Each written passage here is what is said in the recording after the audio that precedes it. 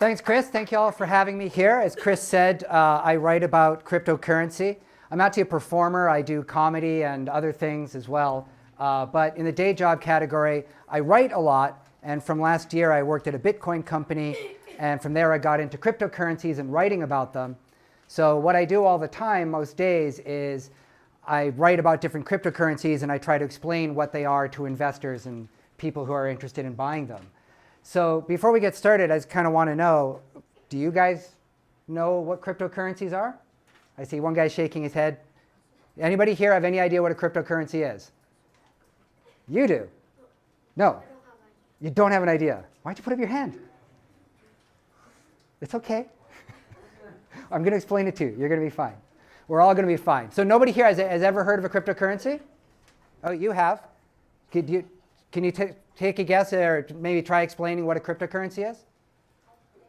You think? It's not like paper or coin money. It's money that's online or done, used without actual money. Yep, it's money without actual money. Yeah, that works for me. It's kind of like, it does have those qualities like you said. It doesn't require paper money or offline forms of money, though you can if you want. We could get into that later. But basically, yeah, it exists online and it's a way of doing currency. You put your hand up. What do you know about cryptocurrency? I think it's like it's money that doesn't require any like interference from the government. Interference from the government. Ooh, very conspiratorial. Is the government watching what you're spending? But they might be. I don't know. Yeah, but that's that is part of it. Most cryptocurrencies are set up without having a bank or government involved. And that has some other effects as to how it works. Any other ideas about what cryptocurrency is? Yes? A virtual form of currency that doesn't have any paper, and there isn't really a central bank that controls it. You just read Wikipedia, didn't you? No. No. That was a very concise answer. Do you have any cryptocurrency? No. I wanted one, but then I didn't want to because the price went down. Because the price went down. But that's when you buy it, because then the price goes back up again. You got to buy low and sell high. You're doing it the other way around. Don't worry. We're going to get you set. We're going to get you sorted. By the end of this, you're going to know when to buy the cryptocurrency. All right. Any other ideas about what cryptocurrency is? Anyone else? No? Okay. Well, that's probably a good start. It is online. What we're going to be talking about, though, is the fact that while it is an online currency, I think one of the mistakes people make when talking about cryptocurrency is thinking of it as this sort of internet thing. It's like sending points around the internet the same way you get points on a forum or in a video game or something like that. It's real money and it's a concept of exchange. And we'll talk about that a bit more. But before we do, it is super hot today and I am dying of thirst. Chris, do you have any water or anything? Actually, yeah, I do. Oh, awesome. Can I buy it off you? Wait, do you have any sparkling? I do. The sparkling is more expensive, though. Yeah, I like sparkling, though. Okay, it's 200 yen. I don't have any yen on me. Do you take Bitcoin? I do take Bitcoin. All right, come on up. Let me buy some water off you. Oops. That showing up? Okay. So let me just get out my, actually let's start from the start here. Can we see that here? Okay, there's my, gonna go here to my, this is an app called bitcoin.com wallet. Okay, I've got one too. That's He's got the same one? Okay, we're all good to go. So let's see. So you're gonna buy off me. So I'm gonna be sending to you. So you go to receive. Okay, hit the receive button. Okay. So my QR code popped up. All right, so I'm gonna scan your QR code. Let's get that in the screen there. Oops, hang on, give me a sec. There it goes. Okay, so how much am I buying this water off you for? How much do you think I should charge him for this water? 1 million. 1 yen. 1 yen? I had like 1 yen guy. Okay. All right. To be fair, I did say 200 yen, so I can't really go any higher. So All right. 200 yen, Dave. 200 yen. Okay, so can we do this here? So I just punch in 200 yen on my. I punch in 200 yen. Click next. Okay, and then I'm going to slide to send it. We both on screen? Yeah. Okay. Hopefully we're both on the network here. Okay, my sends payment sent. Payment sent. All right. When the payment comes through, I will let you know. In the meantime, because I know Dave is a trustworthy guy, I'll let him drink the water. Thank you. Appreciate it. The sound of commerce. Okay, so as you can see, as an online currency, it's prone to some online issues there. But there are systems in place that will ensure that that transaction happens over a period of time. So one of the main points I wanted to get through to you guys here is this concept that cryptocurrency is this new way of doing currency. It's this brand new weird thing, and it's hard to comprehend. But it's really not, because the main part of cryptocurrency shouldn't really be the crypto part. It should be the currency part. So all through history, people have been trying to find ways of doing currency and doing exchange. What does that really mean, though? Does anybody know, like, what does currency mean? What is currency? Anyone want to take a shot? What's currency? I mean, you guys all use it. You guys have all used money before, right? Everyone in this room has probably at least spent a yen or a dollar or something in their life, right? Has anyone not? No? I don't know. You're all young. I have no idea how old you people are. So for all I know, you're in your mid-30s. I don't know, but I don't know what you guys do. So I'm assuming you guys all know what money is, but do you know what currency is? Does anyone have any idea what currency is? Bold crowd. Okay. Well, tell you what, let's try and figure out what currency is. So to get there, you've all got a little packet in front of you. So what I'm going to say here is, slowly now, first you're going to open it up and you're going to look at what's inside. So let's start there. Let's all just open it up and take a look. It's not going to be that wildly exciting. Okay. Right. Okay, now hang on. You're already, wait. You're getting ahead of us here. Stop right there. Okay. Before anything else, no trading, no switching, no sharing, okay? Before anything else, I want you to take a look at the candies in your hand. Just take a look at the ones you have. And I want you to just sort of think to yourself a little bit, how much do you like these candies? Like, maybe you like chocolate more than gummies. Maybe you like gummies more than hard candy. Maybe you like the color. It doesn't really matter. Whatever it is to you, I want you to just look at your candies and just have a sense of how much you like these candies, okay? So just do a little self-evaluation for a second here.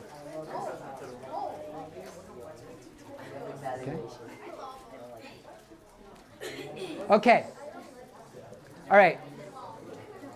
Hopefully you guys all have a sense now of what kind of candies you have. Now here's where it gets kind of interesting. Here's what I want you to do for about the next minute or so.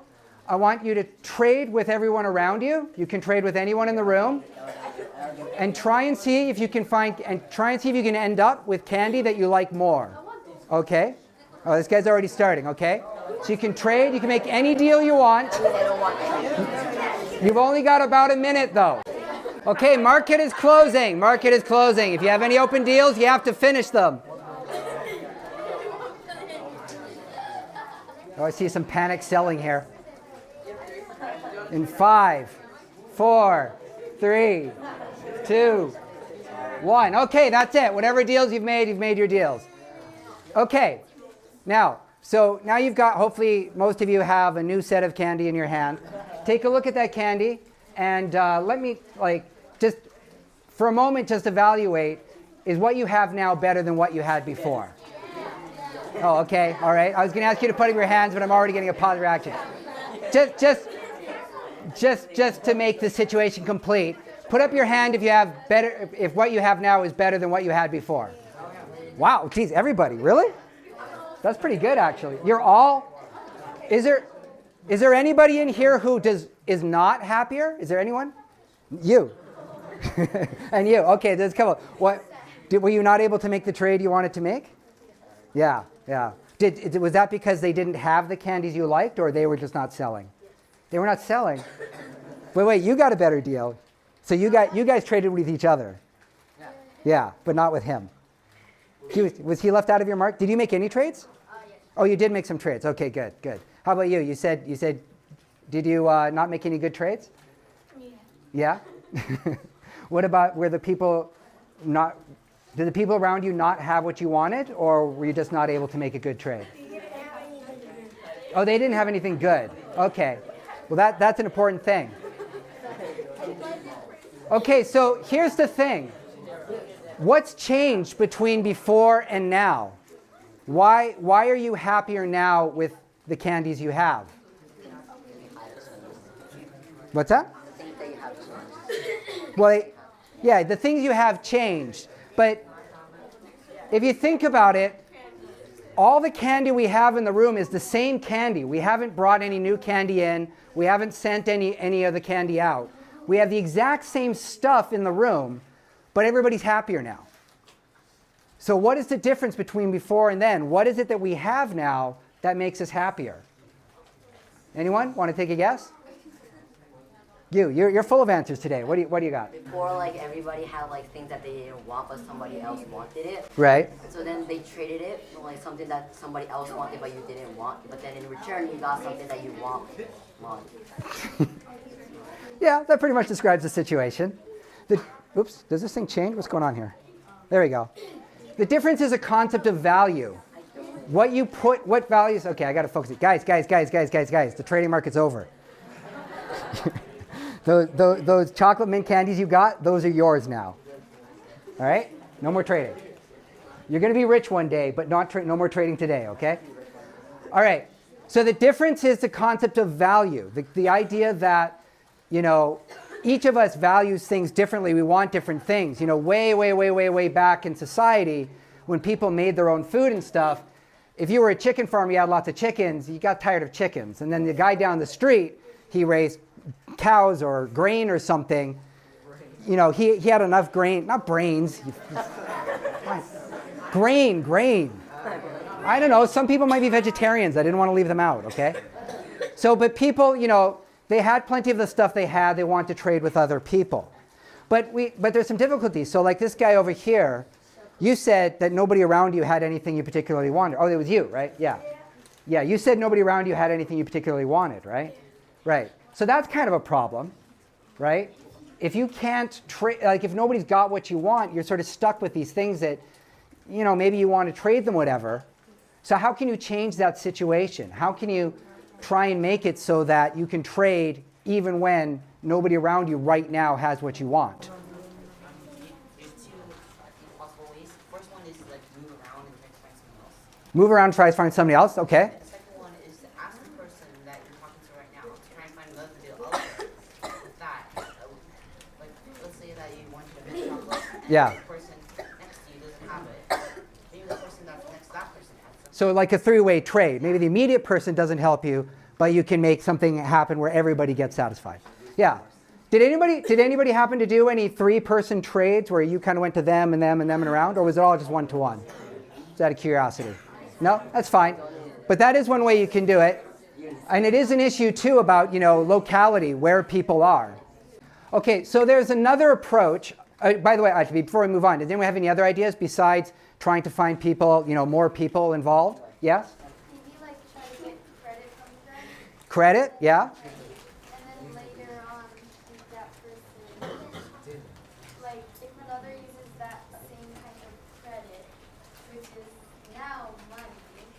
I think you just came on to something there. The credit is actually, you just said it, money. Currency? Well, cryptocurrencies in our history of the world has come many thousands of years later after these decisions. But yeah, what you're basically talking about is setting up money. The value that we all discovered in this room, that by switching with people and getting what each person wanted, we could trade, if we could store that value and say, okay, yeah, I know other people want this stuff, not necessarily right now, but if I could store that value, I could turn it into a system of credit, a way that we could exchange units so that, the person in front of you may not want to buy what you have, but if you can give him these units, he can also trade with somebody else. That also, like what this guy here was saying, who's now looking at his hands, about the third person thing. If you have money, you can also involve other people and move around. So value is really at the core of the idea of having a currency. This idea that what other people want and what you want might be different, but if we can agree to a method, a way of storing that value, then we can create more exchanges. Now, I'd like to kind of go through a whole process of converting our candy into money. That would be, I think there'd be a lot of steps. But to sort of get a little bit closer to it, let's take a look. I have some of the examples of some of the candy here. Hang on. And I just want to get a general sense here. Let's see if we can come up with some units. So a lot of people should have some of these. There's a few forms of these. These are like Tootsie Rolls. There's chocolate and fruit types, right? Okay, which one is better? Who likes the chocolate one more? That's most of you, right? It's more than this one? Or you like the fruity one more? Okay, so we're not going to agree, but you guys are definitely in the minority. So I think in the common market, we're going to find that these sell better than these, right? So we're going to rank the chocolate ones higher than the Tootsie Rolls. What about these chocolate mint guys? Found a buyer. What about the rest of the room, though? How do people feel it compares to the Tootsie Roll? Who likes the Tootsie Roll better than the mint? Don't worry, it's not a fight. It's not a fight. Okay, who likes the mint one but more than the chocolate one? Oh, it's pretty close, but I think this one still won. All right, so we're going to have sort of a ranking there. Let's see. Okay, let's see. What about these ones? These are these fruity hard candies. Oh, wait, no, they're gummy. Oh, my God, I just touched it now. Let's see. So the gummy versus the Tootsie Roll. Who likes the Tootsie Roll more than the gummy? Almost everybody. Okay. Who likes the mint thing more than the gummy? Dude, you'll take mint over everything. We know where you stand. All right. Gummies and fruity Tootsie Rolls. Who likes the gummy more? Oh, we lost a bunch of people. Who likes the fruity one more? Wow, okay, this one fell right down the rankings. Okay. All right. Let's see, we're not going to go through all these. There's just one more. Okay, what about these little tiny hard candies? Who likes this one more than the gummy fruity things? Almost nobody. Oh, well, there's one, two. Okay. Just to be sure, who likes the fruity gummies more? Most people. Okay. Okay, so we have sort of a ranking. These guys are in first place, the chocolate Tootsie Rolls, then the chocolate mints, followed by fruity ones, and gummies, and these hard candies. So I'm just going to arbitrarily rank them. Okay. So we're going to make our candies into a currency. We're going to make them an agreed price. So let's see. So these hard candies are worth 1. We're just going to go 1. Gummies are worth 2. Fruity Tootsie Rolls are worth 3. Chocolate mints are worth 4. And Tootsie Rolls are worth 5. Okay? So if you can look at what you have right now, some of you are going to find maybe you don't have any money. Some of you are going to find you don't have any money because maybe you traded it away. That's unfortunate. Okay, so I just put up the numbers there just to remind you in case you want to keep track. So that's kind of how much money you have now in our candy economy here. So now we're going to sort of like see how we can use this money to now establish prices of other things. So I'm going to auction off these gold coins here. Okay. So basically, you can buy these off. This is going to be an auction. So bidding is going to start somewhere in the middle here. Bidding is going to start at, we're going to call these candy units, or just candies. We'll just call them candies. 4 candies for this. One taker. 4 candies. Do you guys know how an auction works? You guys got to jump in now. You just have to take a lot of He's going to get these for 4 candies. That's a bargain. He's just up for 4. 4. You're in 4. Okay, we're going up to 5. 5 candies. 5, 6. 6, she's still in. Did somebody yell 10? You can yell out. 32? Do you actually have 32? Are you guys doing a group buy here? Is that what's going on? They didn't want it, so you stole it off them? Your 32 is suspicious. I got to back down. Bidding goes back down to 10. 10. So we're at 10. Okay, we'll go 12. 12. Who's in at 12? Which what? The soccer ball is not part of the market. It just, But to be fair, those are chocolate and this is chocolate, so it's not much of a trade. All right, so we're at 14. What is that one? It's not part of the market. The market is not fair, you guys. The market just is. These are the candy currency. What do you got? 16. We're at 16. It's going to sell for 16. 17. What? 20. Okay, 20 I can believe. 20? 20? Anyone could go 20? You still with your 32? Where are you at? You're like some insider trader or something. I don't know if I trust what's going on here. Jumping up to 32. We're at 20 right now. Who wants to go higher? 21, 22. 20. Going once. 22. 22. Going once. Going twice. 22. Sell. All right, give me your 22. This is a real deal here. Let's just see. Hang on. 5, 10, 15. Give me 2. Wait a second here. Oh, my bad. Yeah, you're short, buddy. Oh, okay. Wait, are these, which ones are these? Oh, these are the heart candies. Okay. 1, 2, 3, 15. What? 15. 2, 19, 20, 21, 21. There you go. All right, winner. All right. Yay. If he's nice, he could share them, but that gets into social dynamics, and that's beyond me. Okay, so what we've done there is we've established an economy where candy is our unit of our unit of exchange. It's our currency, it's our money. But in the real world, what would be the problem with using candy as money? Any ideas? Why could we not use? Why can you not go down to the convenience store right now and buy a drink with some candy? Any ideas? What's wrong with candy? It would last. The candy would like rot or something. The candy would rot? You're into some very organic candies. If it's rotting on you. Yeah. You're gonna eat it, aren't you? Come on, be honest. You're gonna eat the candies. That is true. Yeah. No, but you're right. The candies, they're gonna melt. You might eat them. Guys. The market's over. Just give it a rest. All right. So candy is not very durable. You can't really use it.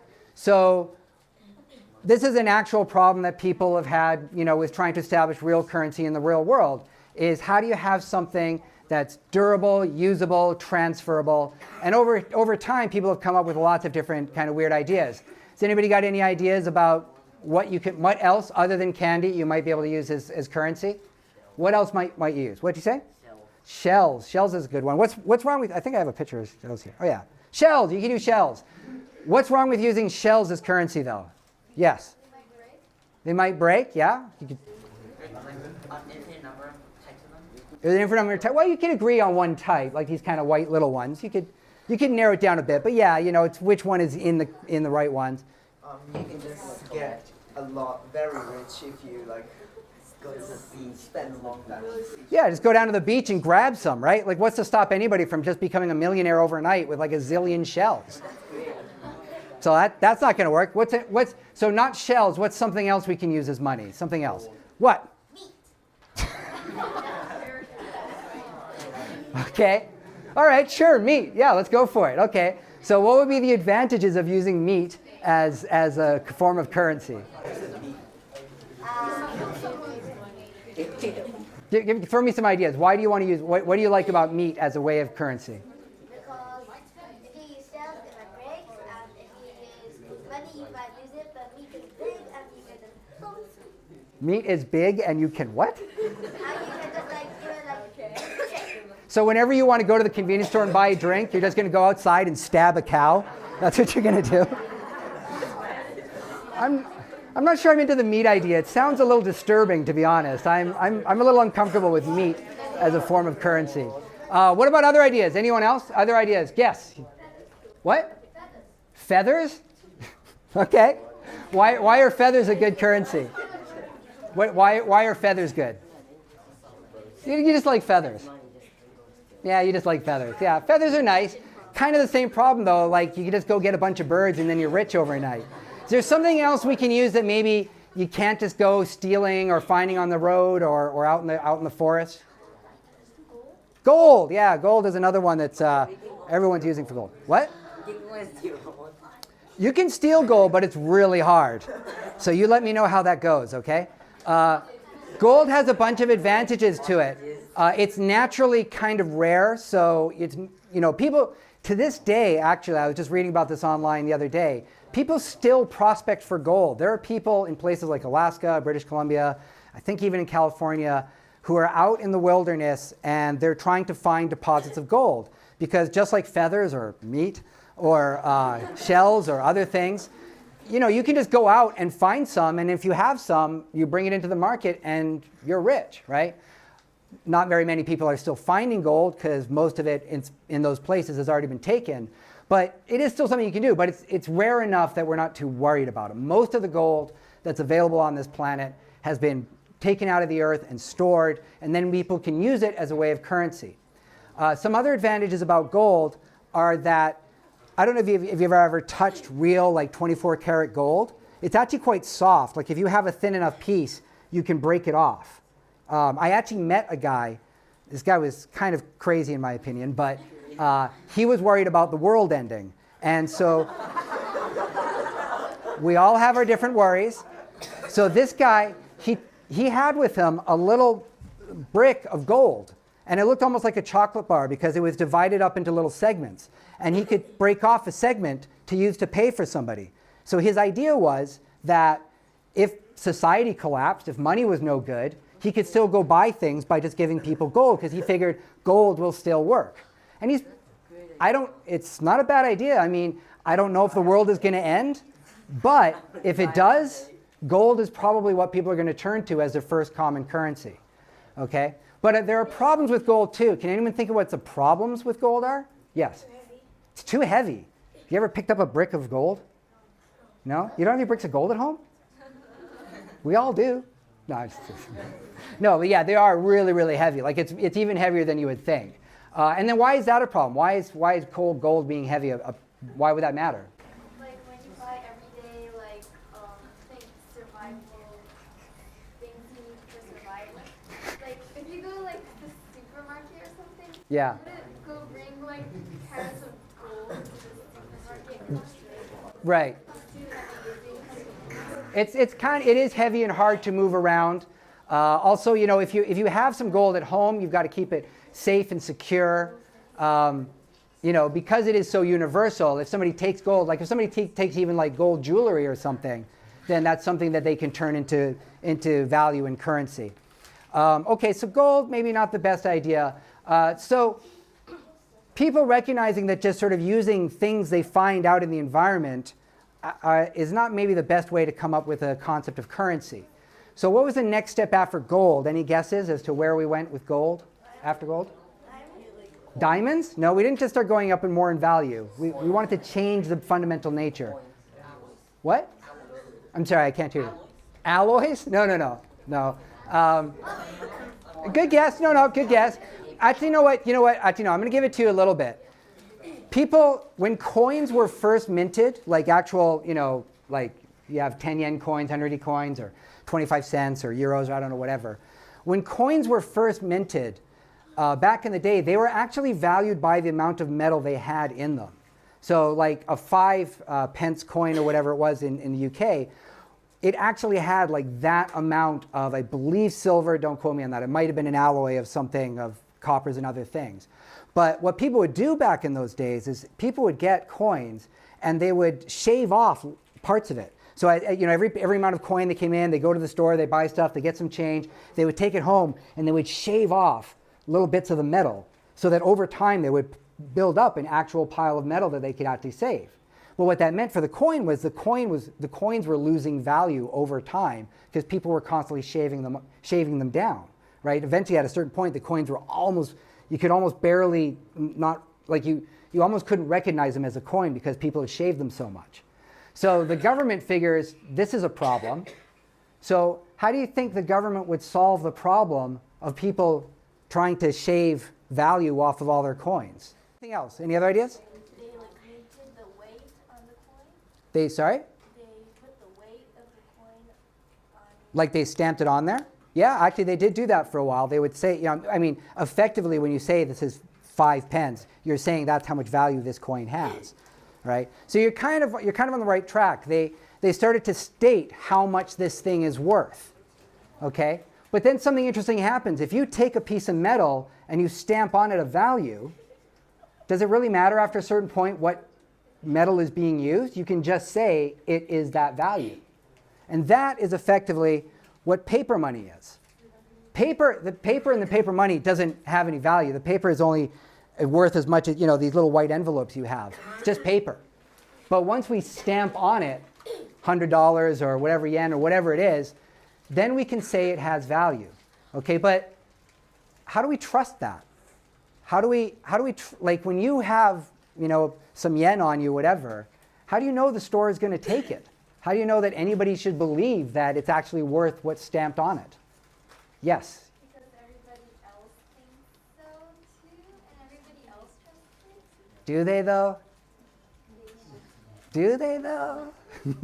They kind of do. I think we all should. We all want to. But do we? Yeah. Like recently, they put a special type of, on some American dollars, if you look through it, where there's light, you can see through the dollar.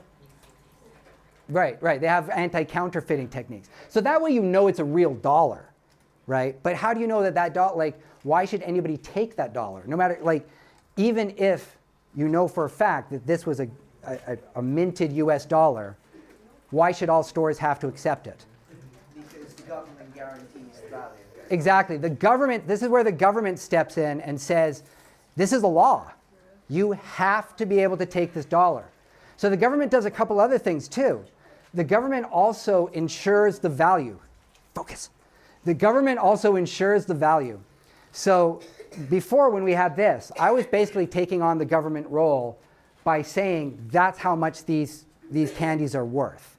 So the reason for that is you can't have a society functioning if it was all based on trade like we were doing originally with the candy, right? I mean, if carrots were, some days people wanted to buy them and some days people didn't want to buy them and the price went up and down, one day carrots are worth $1, the next day the carrots are worth $100, society just couldn't function. As a government, you want to make sure that everybody has the ability to go to a store and buy fundamental things like carrots and whatever else. So the government fixes prices. They say, everybody, this is $1, this is how much it's worth, and this is law. And they also say all stores within this country, and this country being Japan, for example, all stores have to take yen. They literally cannot refuse legal tender. That's just the law of the land. And every country has that law because you could not function without it. Okay? But this does make, this does create some other issues. And I'll just jump right into it a bit. Before, when Chris and I did that exchange and I bought and I bought this off of him. It came through, by the way. Thank you. Oh, great, thanks. Took a little moment, but it does work eventually. So when he sold me this water, okay, you might look at that and think, okay, great, so it's an electronic transaction, it's internet money as we talked about before, but so what, right? I mean, with your Suica card, or if you have, the other day I used Line to transfer some money to somebody. I mean, there's lots of ways of electronically sending money around to everybody. So what's so special about cryptocurrency? What is the difference there? And the difference is that with cryptocurrency, there's no government backing it. There's no government that says, Chris has to take this money. Well, I mean, in a private transaction, you wouldn't have to take my yen anyways. But there's no government law that says when you go to a store, they have to take Bitcoin or Bitcoin Cash or Ethereum or whatever other currency you happen to be using, okay? So where does the value of cryptocurrency come from? Anyone have a guess? Somebody actually already said it before when we were trying to think about how value is created. Bitcoin companies. Bitcoin companies? No, actually, there are a lot of companies out there doing lots of different technologies and doing lots of ways of supporting Bitcoin. Lots of companies do what's called mining, where they help generate Bitcoin and confirm transactions. We'll talk about that in a bit. But they don't set the price, and they can't guarantee that anybody takes it. So where does the value of Bitcoin come from? Yeah? The people using it, exactly. So just like before, the value of Bitcoin occurs. The value of Bitcoin is created exactly in the same way as the way we created value with the candies we use. We had a bunch of stuff in our hand, we traded them around, we decided we like this and whatever, and at the end of it we thought, oh, this had more value. By trading and transacting Bitcoin, that's how the value is generated. When eventually the hope for people who want to see cryptocurrency become something that's common and useful in the world, they have to go down to every store. They have to go to online stores. They have to go to everywhere and say, will you take this money? And that store has to think, will I? Do I believe in the future of Bitcoin? Do I believe in the future of these cryptocurrencies? And then if they say yes, and then now I can go to that store and I can buy something, like if it's like in Amazon or something, and I can buy books or movies or whatever it is, well, now that coin now actually has some value, okay? And that is the fundamental part of cryptocurrency. It's online, it's driven by all these interesting technologies and stuff, but what makes it a currency is simply everybody's agreement that it is a currency.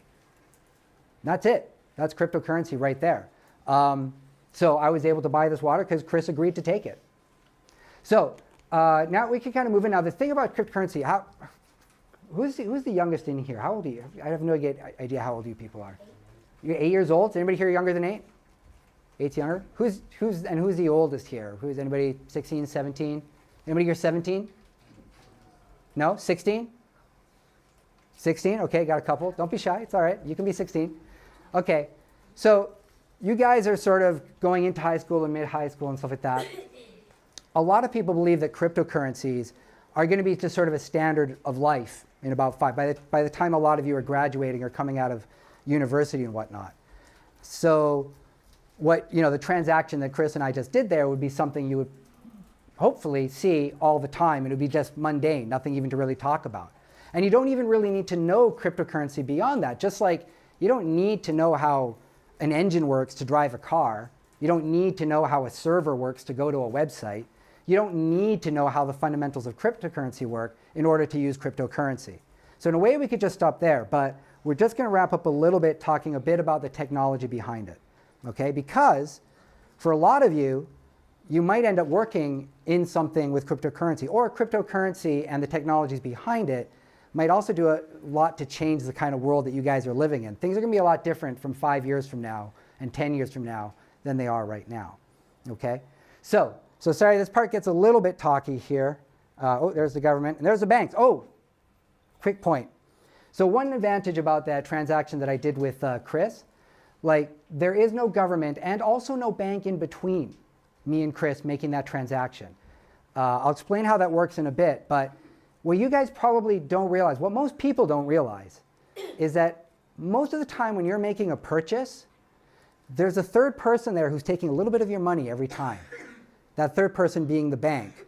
When you go to a store, the store has to pay the credit card company or the bank or whatever. If you use a card or a debit card or something, they pay a service charge to that bank, right?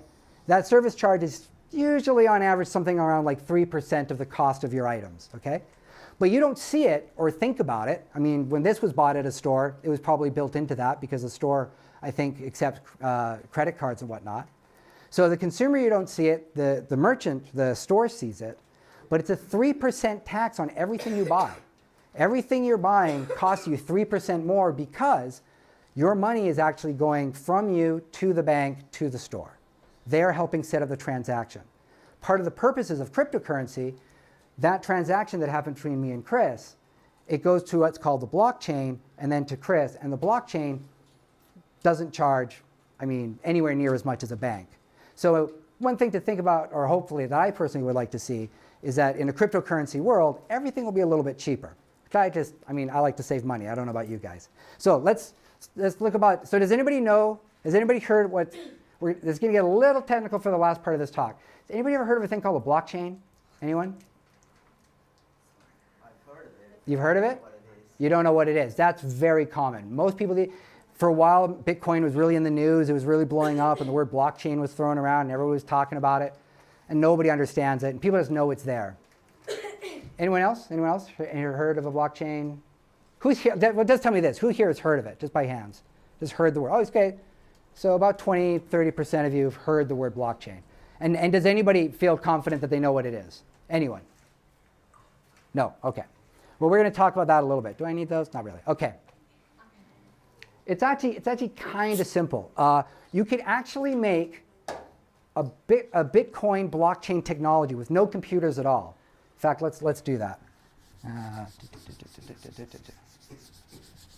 So what if instead of everybody holding the candies that we have, we just wrote it down? So what's your name? Your first name? Sorry? Aoi. Okay, so we've got Aoi listed here. Let's get somebody else. So what's your name? Yubo. Yuba. Y-U-M-A. Yuma. Okay. Okay, we just need another name. Taiga. Okay. Okay, and maybe just one more. What? Hiroki. Okay. Okay, so now we just sort of set up basically what's sort of called a ledger here. We just keep track, so we just know, it's like a spreadsheet basically, and we just know that we won't bother getting to exactly the number of candies, but the number of candies you have, let's say you've got sort of about 25, and Yuma's got about 23, or 24, or 22, whatever, right? Doesn't really matter, okay? Okay, so let's say we're doing some transactions here, and Yuma buys some candy or something, whatever, doesn't matter, a book, doesn't matter, off of Aoi. Now, instead of actually handing the money, what if we all lived in like a village somewhere, and in the middle of the village there was this big board, and so every time anybody bought or sold something, we just wrote it down here. We didn't use any gold, we didn't use any money, we just wrote everything down. So Aoi sells Yuma a book, say for, I don't know, five coins. So Aoi sells to Yuma. So Yuma sends 5 coins over here. So now Yuma has 30, and now it's 18. And these guys, maybe they did a similar transaction. So this guy, Taiga, sent four candy coins to Hiroki. So now he's got 26, and he's got 20. Okay, that's it. We know how much money everybody has, and it's all just recorded centrally. That's Bitcoin. That is literally all it is, right? It is just all the record of everybody's money transactions all recorded. And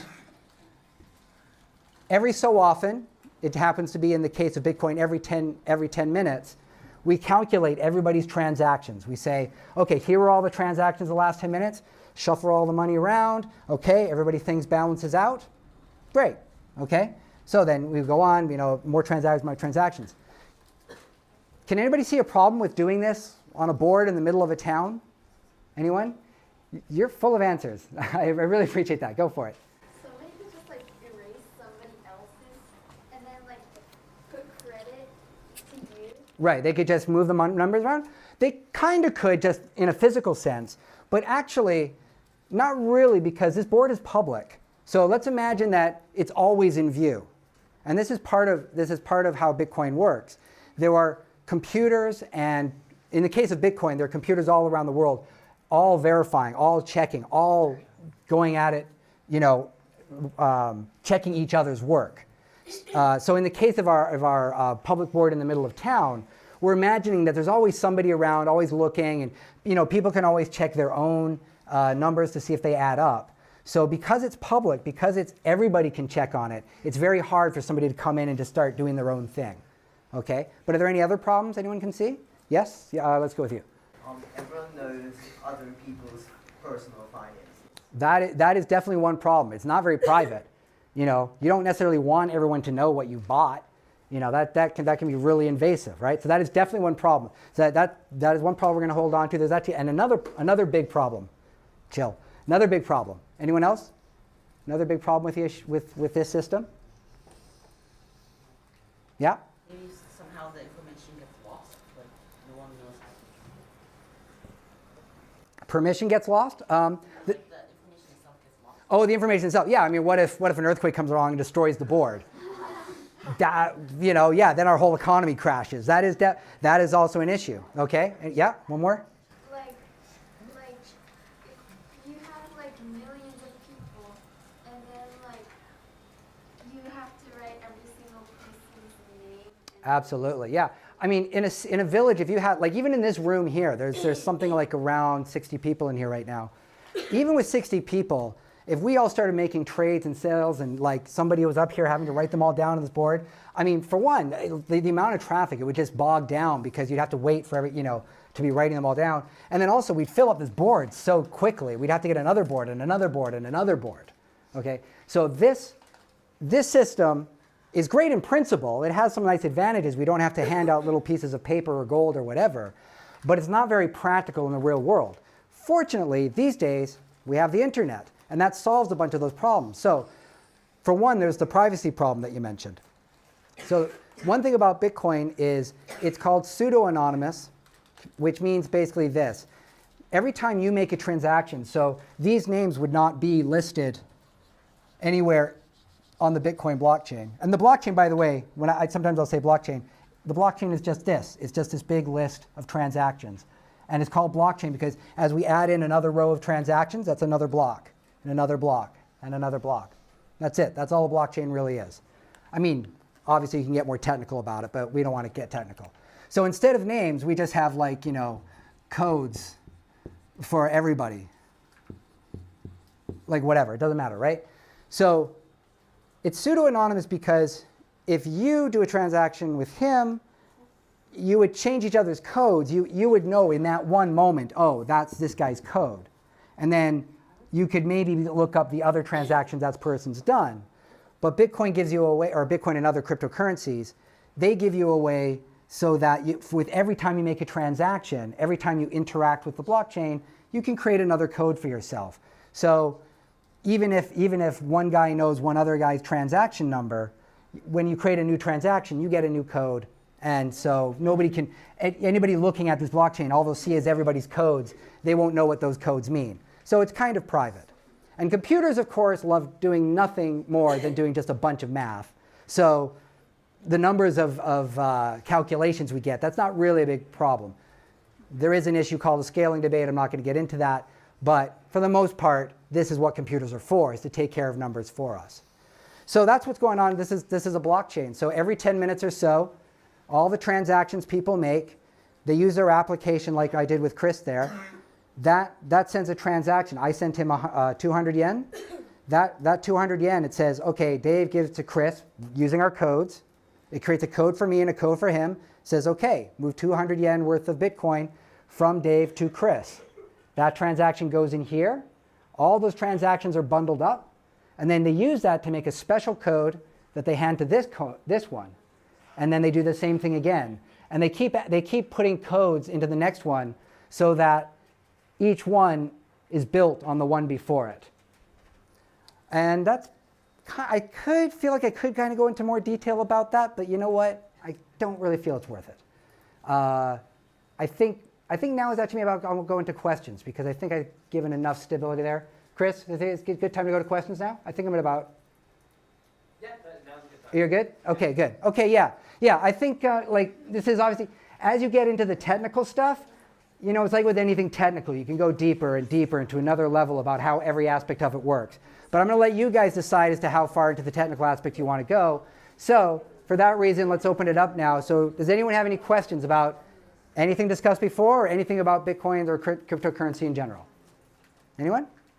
Yes. Isn't blockchain a little risky because maybe hackers might come in and change some information?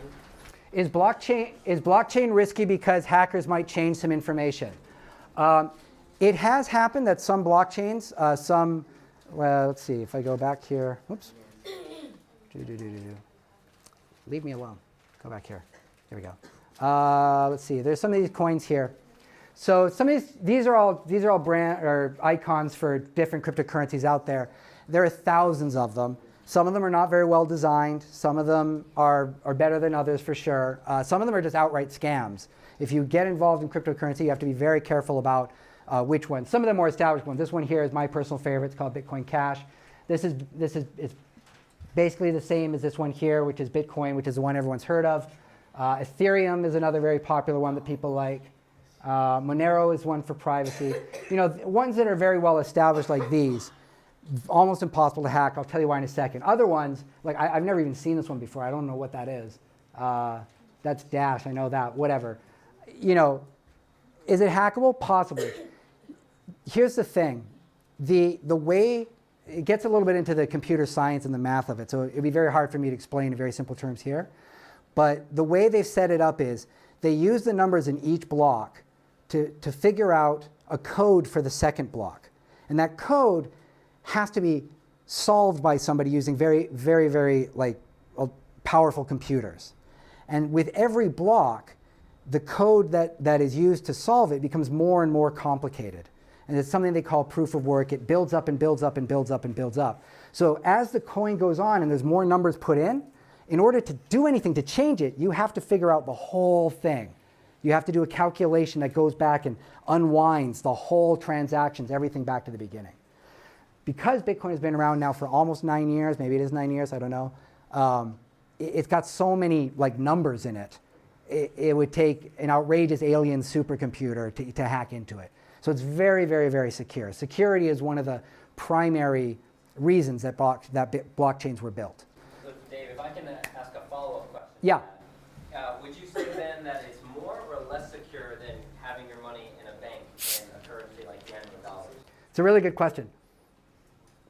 From a standpoint of being hacked and stuff, banks also do get broken into and hacked. And there have been a few cases recently. And also, banks are also open to fraud and stuff. I mean, Wells Fargo recently went to court. I can't remember exactly the details, but they were opening accounts for people doing shady things. So banks are not exactly this perfect institution that we should look to as being the standard.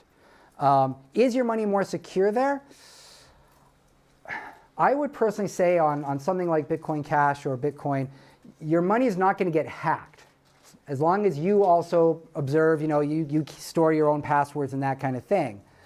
But the value, because again, the value comes from everybody's agreement. If everybody stops agreeing, all your value goes away. That's the real danger of having your money into Bitcoin. So threat from outside people stealing your money, personally, I would think blockchains are more secure than banks. As far, however, as market acceptance goes and stuff, that's what's being decided right now in the world, right? So you got to pick which challenge you want. Do you like volatility or do you like risk, right? Whatever. Any other questions? Other questions? Yeah. How do you originally get cryptocurrency? Like, he didn't find it on the web or like. Right. Okay. So there's two ways to get cryptocurrency. For most of us in this room, for me personally, I worked at a Bitcoin company for a while, and they paid me they paid me in cryptocurrency. They paid me in Bitcoin Cash. You can buy it. Actually, Japan is as far as I know, it might be the most easy place to use and transact with cryptocurrency. You can go online to a thing called an exchange, where you transfer from your bank some amount, and you can just buy cryptocurrency.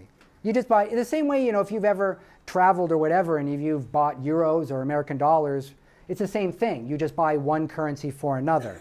And the rates are also slightly different because the currencies have different values. So it's the same process. The other way that cryptocurrencies are created is through the process of mining. So these blocks that we talked about, somebody's got to come along and do the work of doing all the calculations. They need to give their computers over to doing this. Those people are called miners. And they're called miners because as a reward for every time they do a block and they validate everybody's transactions, they say, yep, he gave money to her and she gave money to him, and everything's all calculated and it's all validated.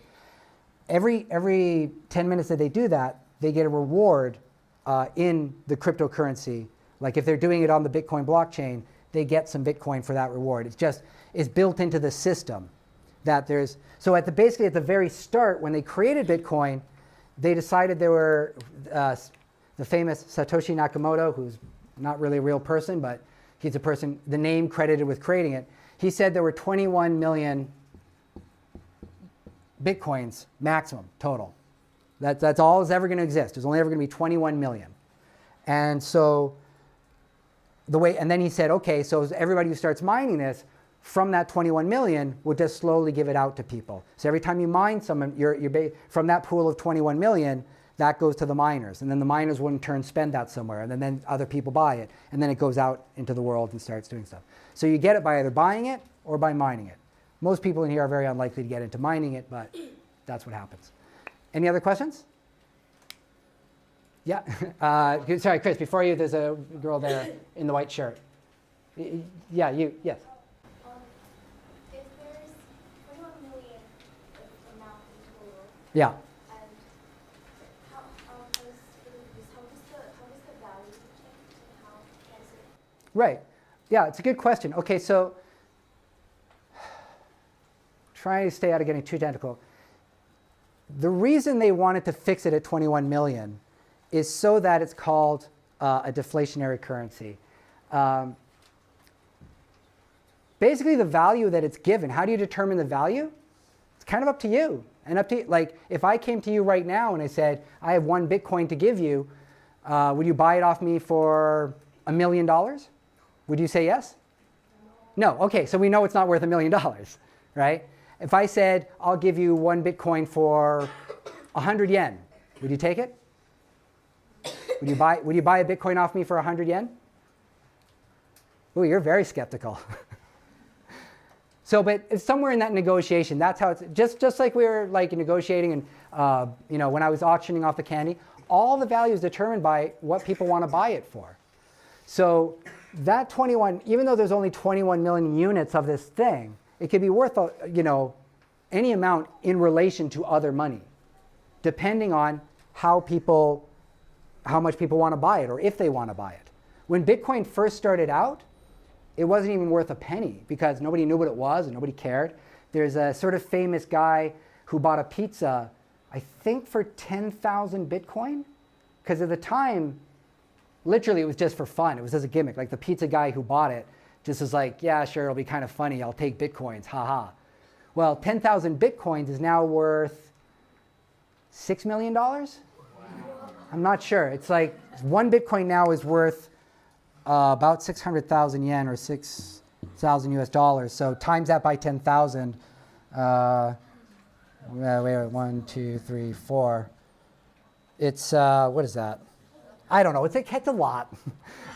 It's enough for you to retire off of. And that's because over time, people kept buying more and more and finding more value in it. And it's like anything. If you trade and exchange it, you find out what the value is by people wanting to buy it. Does that answer your question? Yeah? Thank you.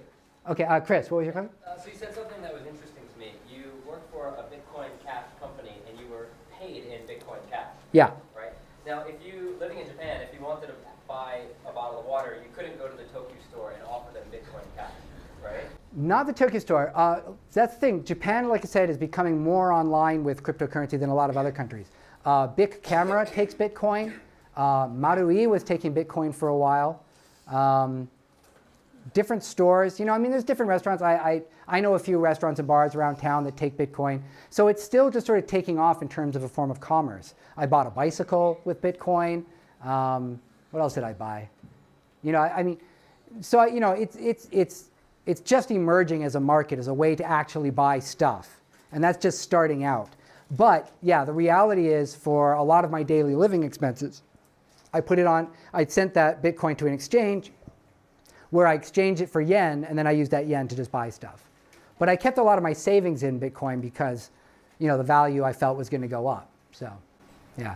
And so when you buy things with Bitcoin, then, like that bicycle, did you buy that from a person or a store in person with your phone, like we did before, or was there another way that it happened? In that particular case, so. Anyways, I won't get out the phone. So like before every transaction, you can send people addresses. So you don't have to be in person to do a Bitcoin transaction. You can use, I could use that wallet that we used before, but instead of using the QR code to scan, I could copy that transaction number, or it's called an address. I take that address and I can send it by some kind of text message or email to a friend. And in the case of the bicycle, that's what I did. The guy sold me the bicycle for like Niman yen or something. I sent him an address over by email, and then he used that address to pay into my Bitcoin, and then I just saw it appear in my wallet. So it's something you don't have to be in person for. That's sort of the point of Bitcoin is you want to be able to do everything online and across the world, and for very, very tiny amounts. So remember before when I said that credit cards and banks and other things, you know, they charge an amount of money to help you move money around. If you want to send money to somebody on the other side of the planet and use PayPal or something to do it, they charge you something like 250 yen minimum plus 3% of the value. You know, that's kind of a lot of money if you're doing a lot of transacting money.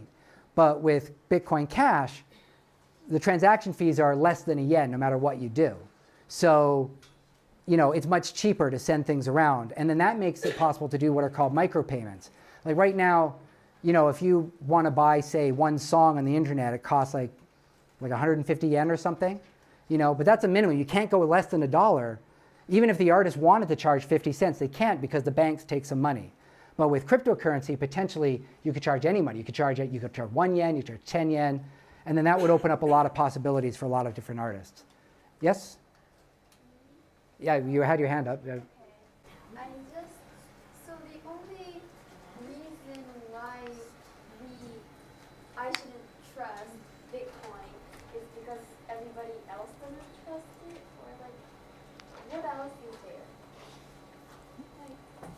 there?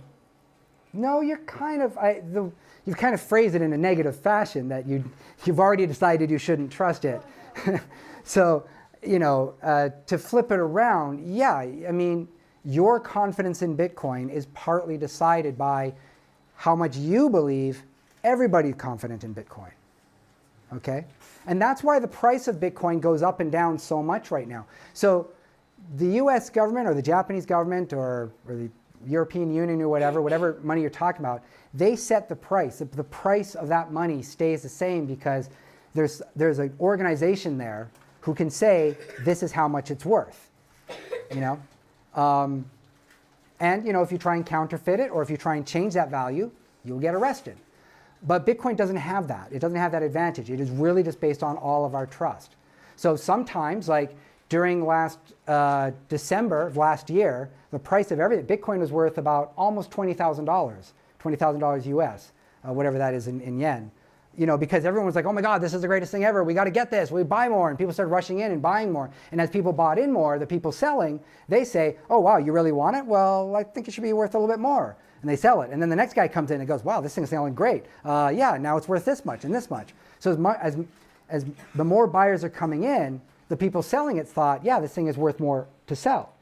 And then January came and everyone in the market said, wait a second, what am I doing with all this Bitcoin? There's all these cryptocurrencies. Most of these are crazy. Screw it, I'm selling. And then they sold it all. And then the value went right down to about $6,000 or so. So that's why the markets go up and down, because people are trying to decide, do they trust it? How much value do they put in it? Does it have a future?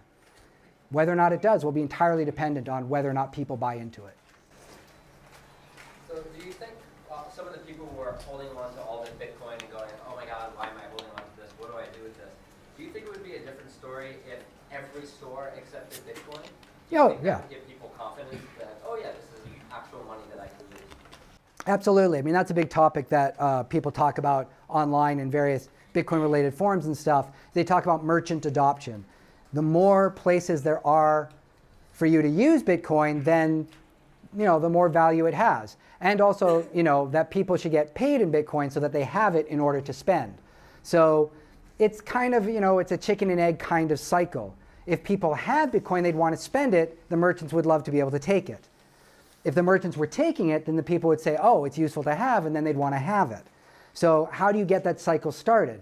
Well, there's no real like one simple answer to that, but that's what a lot of people are working on right now, is trying to make it so that you can go sell it in places, go buy things with it, you know, that it has that kind of value. And they do that by trying to convince stores to do it. So right now in Japan, SBI Holdings is getting big into cryptocurrency.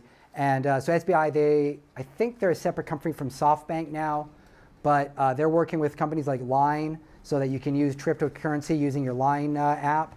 You know, like there's all sorts of these, there's large groups now trying to make it so that cryptocurrency is something you can use in your daily life. I mean, in 5 years, my personal prediction, I think it's never going to like replace yen or replace dollars or whatever, but I think it's going to be a very common way to buy things. Any other questions? Yes. Is it possible to like hack into a personal account instead of like hacking into the blockchain? Because you said like blockchains really just Mm. If it was a personal account, you can just like find out the password. Yeah, absolutely. I mean, it's so one of the things about blockchain is like unlike a bank or an organization where if something happened, maybe you could sue them or blame them for whatever. If somebody got the password to your personal wallet, they can take all your money out of it, and there's nothing anybody can do. Once that money is gone, it's gone. So there's a great deal of responsibility that comes with it. It's there's pros and cons to not having this banking institution with you. You don't have their insurance, you don't have their backup, but you also aren't paying their fees. So it's give and take, right? But yeah, but ultimately, I mean, somebody would literally have to find out your exact password. When you create a wallet, you're given a 12-word passphrase that you keep. And a 12-word passphrase, like mathematically, it's nearly impossible to break. Somebody would probably have to be literally looking over your shoulder and write it down. So it's pretty safe. Again, it's like anything. It's like your email account. It's like everything else. Your computer, whatever. Your password's your responsibility. Okay. Any other questions? Yeah. No one backs the value of cryptocurrency, right? So what did Bitcoin.com hire you to do? What does it pay you for? Well, they're just a regular company. So Bitcoin.com, they're just, so there are a lot of companies who want to try and get in on all this cryptocurrency action. And we haven't even talked about this. Blockchain technology is also a way of storing data and distributing data around the web, and people use it for all sorts of other things that are not just for currency. It's a whole other talk we could get into. There are lots of things people want to do with cryptocurrency. Bitcoin.com, they do online services like mining. They do also online gambling. They do. They make the wallet that Chris and I just used. I designed the icons, some of the icons in that wallet. At the time I was working for them, I was just doing web design and stuff. So I just made some graphics and things for them. So they're a company that they want to promote Bitcoin in the world. And so they have websites and stuff to do that. And I was just hired for them. But they don't have any more or less control over Bitcoin than anyone else. Nobody owns or controls Bitcoin or any of these, or almost any of these cryptocurrencies. They're almost all open source software where anybody can contribute, anyone can see the code, anyone can propose new ways for it to go. It's all completely open source.